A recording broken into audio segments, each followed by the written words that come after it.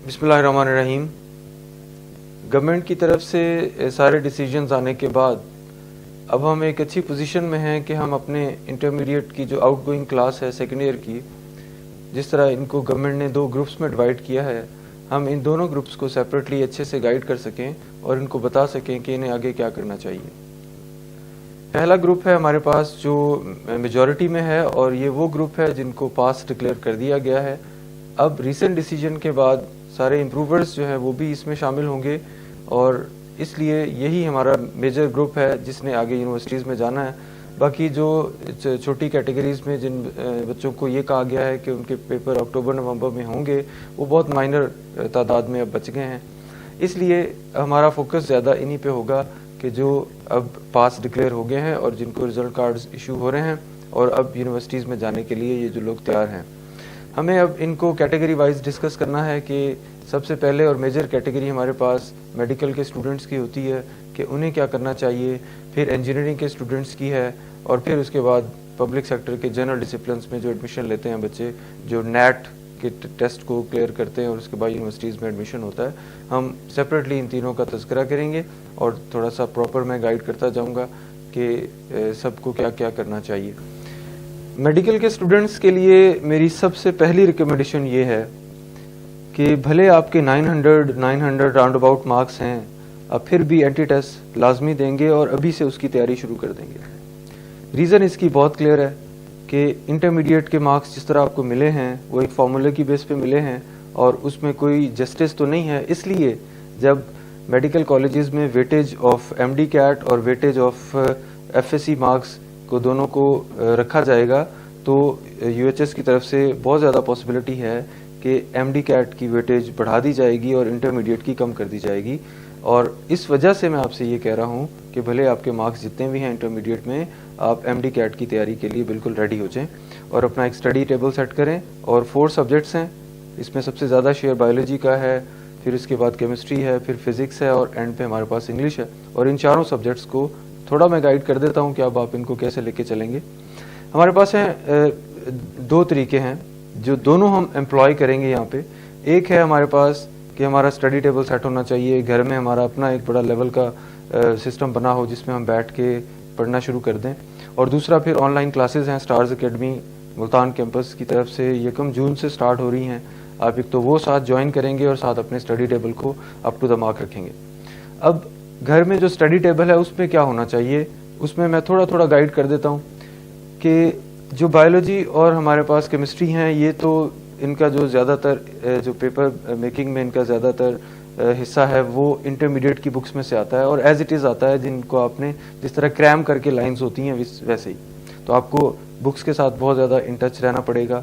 Number 3 हमारे पास जो physics और नंबर 4 इंग्लिश हैं, ये इतनी इंपॉर्टेंट है एंटी टेस्ट में कि यही मेरिट बनाती हैं और यही मेरिट बिगाड़ती हैं। तो अगर आप फिज़िक्स के न्यूमेरिकल्स और फिज़िक्स की स्टडीज़ को बहुत लेवल तक ले जाते हैं तो फिर आप अच्छे तरीके से एंटी टेस्ट में स्कोर कर जाते हैं। और इसी तरह इंग्लिश भी कहते हैं मेक्स और ब्रेक्स योर मेरिट, तो इसलिए इंग्लिश को भी हमें बहुत ज़्यादा अच्छे तरीके से प्रिपेयर करना पड़ता है। ग्रामर है, कहीं से भी आ सकती है और बुक से भी आ सकती है, तो इसलिए और ज़्यादा इसमें एक वैरायटी आने की वजह से हमें बहुत ज़्यादा इसको फोकल पॉइंट पे रख के इसको काम करना पड़ता है।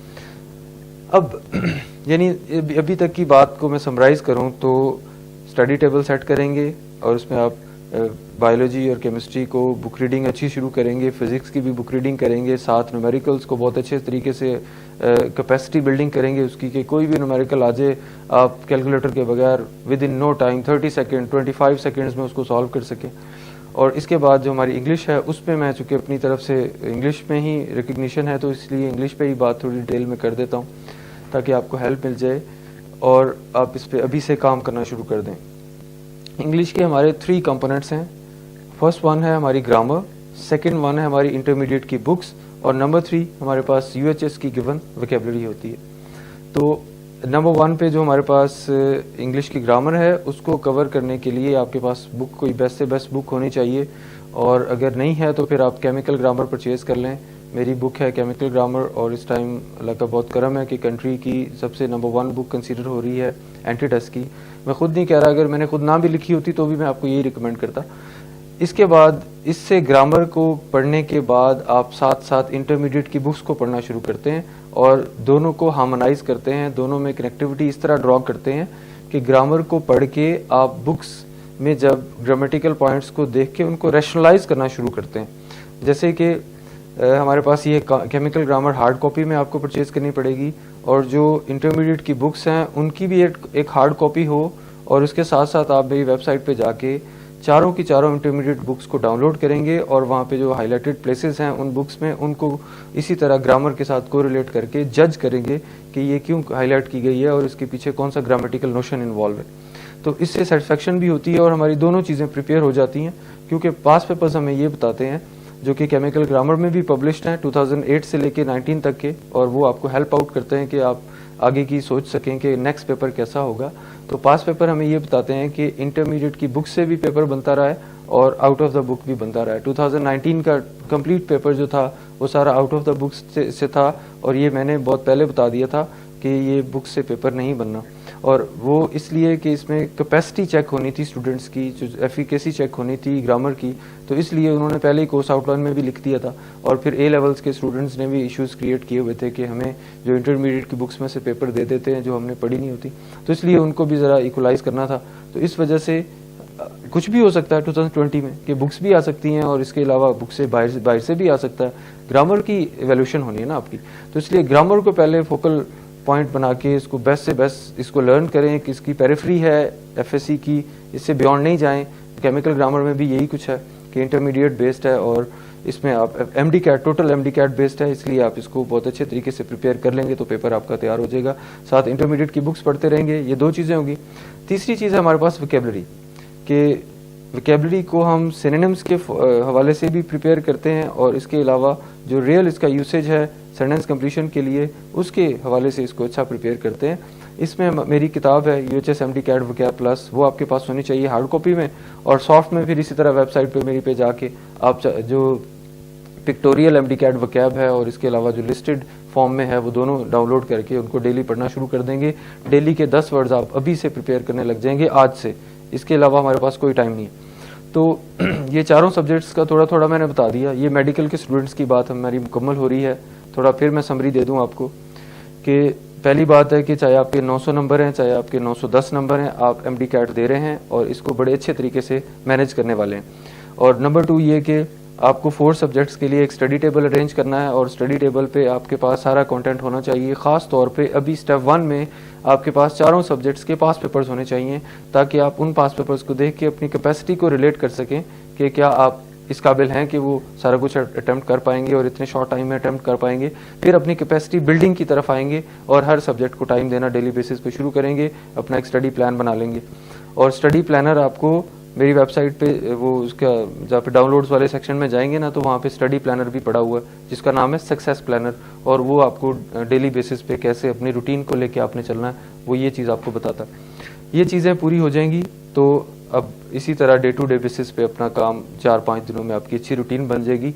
और दूसरी तरफ से आप यकम जून से जो बैच है हमारा, बैचेस बहुत सारे होंगे, तो इस कंट्री में जितने हमारे पास अकेडमीज़ हैं एंट्री टेस्ट की, उनमें सबसे जो आला तरीन फैकल्टी है वो stars academy Lahore Multan campus के पास है।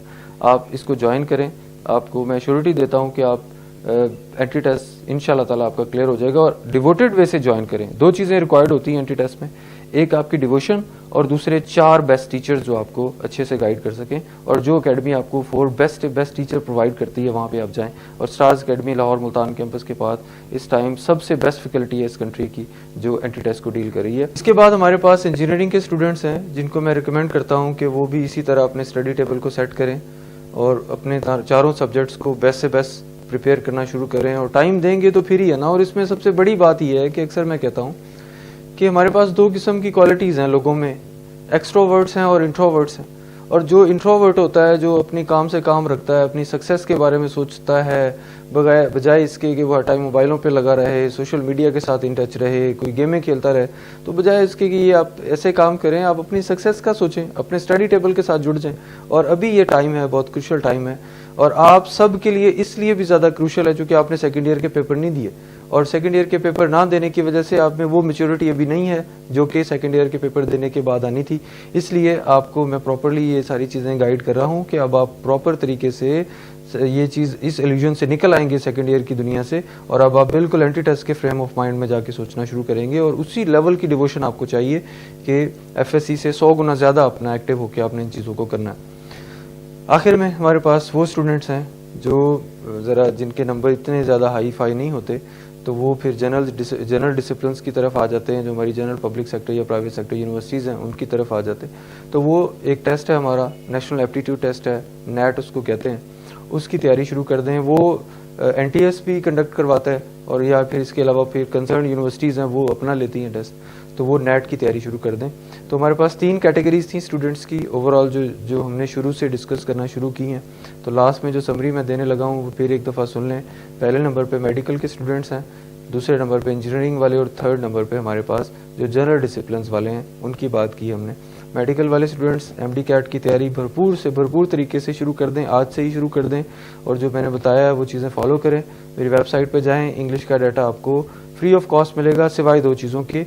एक मेरी केमिकल ग्रामर बुक, वो वैसे ही सॉफ्ट में कोई अगर करता भी है तो वो इलीगल है, और नंबर 2 मेरी एमडी कैट वोकैबुलरी वाली बुक। वो 2 चीज़ें आपको परचेज़ करनी पड़ती हैं, और बाकी सारा स्टफ़ जो है 4 इंटरमीडिएट की बुक्स हों, पिक्टोरियल एमडी कैट वोकैब हो, पेपर्स हैं, पास पेपर्स हैं, और इंटरमीडिएट की एक्टिविटीज़ हैं, वो सारी वेबसाइट पे फ्री ऑफ कॉस्ट पड़ी हैं, वहाँ से डाउनलोड करें और उनको पढ़ना शुरू करें।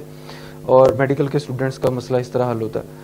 और इसके साथ जो मैंने रियल में जो आपको बताया है कि एक तो आपका स्टडी टेबल सेट होगा, दूसरा आपका साथ जो दूसरी चीज़ है वो आपका ऑनलाइन लेक्चर्स हैं। कि अच्छे टीचर्स के साथ जुड़े बगैर आप कुछ नहीं कर सकते। घर में बैठ के भी आप किताबों के साथ डायरेक्ट जुड़ के इतना ज़्यादा आपको वो नहीं आइडिया होता जितना आप अच्छे टीचर्स के साथ जुड़ के, अच्छी एकेडमी के साथ जुड़ के आप अच्छा गेन करते हैं। तो इसलिए ये काम भी करना है, ऑनलाइन लेक्चर्स भी लेने हैं, ऑनलाइन रजिस्ट्रेशन भी अपनी करा लें। और इंजीनियरिंग के स्टूडेंट्स CCAT प्रिपेयर करते रहें, और जो हमारे नेट वाले हैं वो नेट की नो हाउ लें, और ज़्यादा मुश्किल टेस्ट नहीं होता, और उसको अच्छे तरीके से तैयार करना शुरू करें। थैंक यू वेरी मच, और इंशाल्लाह ताला आप सब कामयाब होंगे। मेरी दुआएं आप सबके साथ हैं। अल्लाह हाफिज़।